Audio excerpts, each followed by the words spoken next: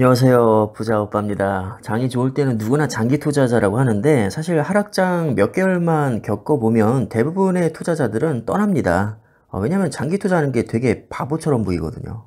아마 많은 분들이 시장을 떠나고 싶을 정도로 많이 지쳐 있으실 것 같은데 여기서 버핏 얘기를 또 안 할 수가 없죠. 우리만 물린 게 아니라 버핏도 똑같이 물렸습니다. 버핏이 1분기에 애플 주식 약 7,600억 원어치 추가 매수를 했었는데 아시다시피 그때보다 지금 주가가 더 빠졌죠. 세계 최고의 주식 전문가라고 하는 워런 버핏조차도 주가 하락을 정확히 예측하지 못해서 2분기에만 300억 달러의 손실을 봤습니다. 하나로 환산하면 40조 정도가 되겠네요. 그럼 지금은 나아졌냐? 뭐 딱히 나아진 것도 없습니다. 애플의 약 1년간의 차트를 보시면 아직도 전고점 회복하지 못하고 있거든요. 그나마 다른 종목에 비해서 덜 빠진 건 맞지만 고점 대비해서는 그래도 꽤나 많이 빠졌습니다. 한마디로 버핏도 타이밍을 잘못 잡아서 지금 크게 손실을 보고 있는데 버핏이 애플에 물렸다고 해서 여러분들이 훈수 드실 건가요? 버핏이 우리보다 못해서 폭락장을 두들겨 맞았을까요? 오래 쇼쳐서 수익 낸 사람은 버핏보다 고수인 걸까요? 글쎄요, 뭐 아무도 이렇게 생각하지는 않을 겁니다. 버핏의 연평균 수익률은 다들 아시다시피 20%대이고 자산의 99%는 50세 이후에 쌓은 겁니다. 선전수전 다 겪은 버핏이 꼴랑 이 정도 하락장에 뭐 눈이나 깜박할까요? 그냥 여름이 왔으니까 덥고 겨울이 왔으니까 춥구나 뭐 이 정도로 생각할 것 같습니다. 그냥 아무렇지 않게 당연한 거라고 생각을 할 거란 말이죠.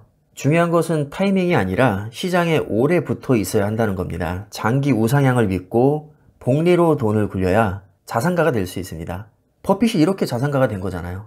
우리가 아는 세계적인 대가 중에 차트 분석 또는 매크로 분석으로 단타를 쳐서 부자가 된 사람은 제가 알기로는 없습니다. 아주 유명한 일화가 하나 있는데 아마존 창업자인 제프 베조스가 버핏에게 이렇게 질문했습니다. 당신의 투자 전략은 이렇게 쉬운데 왜 아무도 따라하지 않죠?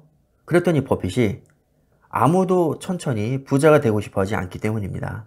아주 뼈를 제대로 때렸습니다. 이게 정답이죠. 어제 뉴스를 보니까 농협에서 10%짜리 적금 상품을 내놨는데 이게 원래 10억 원어치만 팔려고 했었는데 1000억 원어치 잘못 팔았다고 합니다. 아마 뉴스로 다들 보셨을 겁니다. 주가가 워낙에 빠지다 보니까 지금 다들 정기 예적금이나 배당주로 몰려가고 있죠. 우리나라만 이런 게 아니라 미국인들도 거의 절반이 현금 저축을 늘리고 있다고 합니다. 이게 올해 3월에 나왔던 기사인데 지금은 이때보다 상황이 더 안 좋으니까 아마 지금도 뭐 크게 달라지진 않았을 겁니다. 사람들이 너무 지쳤거든요. 희망 자체가 아예 없어 보입니다. 속된 말로 진짜 더러워서 주식 때려치고 싶으신 분들 많으실 겁니다. 실제로 많이들 시장을 떠나고 있죠, 지금. 근데 어쩔 수가 없는 게 생각보다 사람이 그렇게 이성적이지 않습니다. 대부분 감정적으로 행동을 하죠.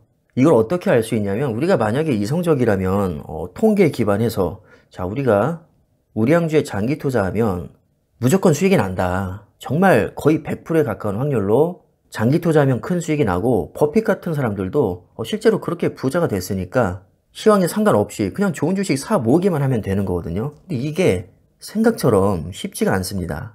오죽하면 코스피 평균 보유기간은 6개월이 안 되고 코스닥은 한 달도 안 됩니다.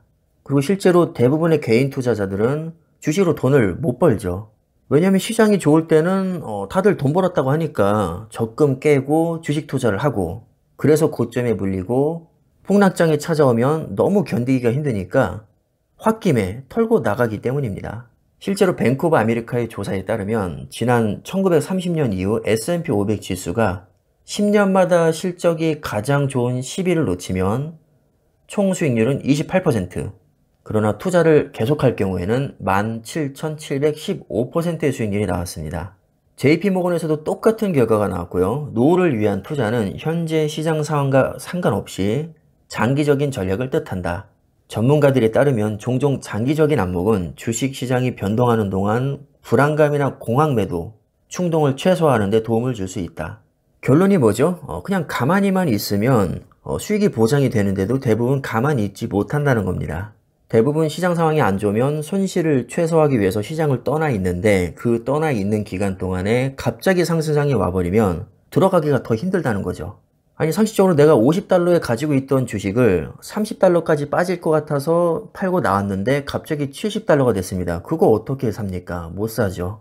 그래서 더 빠지기를 기다리고 있는데 갑자기 $100가 또 돼버리는 거죠. 그럼 더 못 삽니다. 이런 식으로 타이밍 매매를 하려다가 시장을 떠나는 결과를 초래하게 되고 복리 혜택을 전혀 누릴 수가 없게 되는 거죠.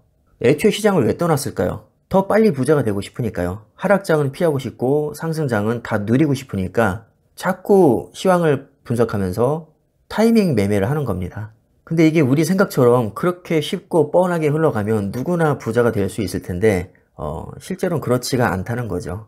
그러니까 천하의 버핏도 애플에 물리지 않습니까? 근데 중요한 건 내가 몇 개월 뭐 물리냐 안 물리냐 이게 중요한 게 아니고 좋은 주식을 얼마나 오래 보유하느냐 여기에 성패가 달려 있다는 겁니다.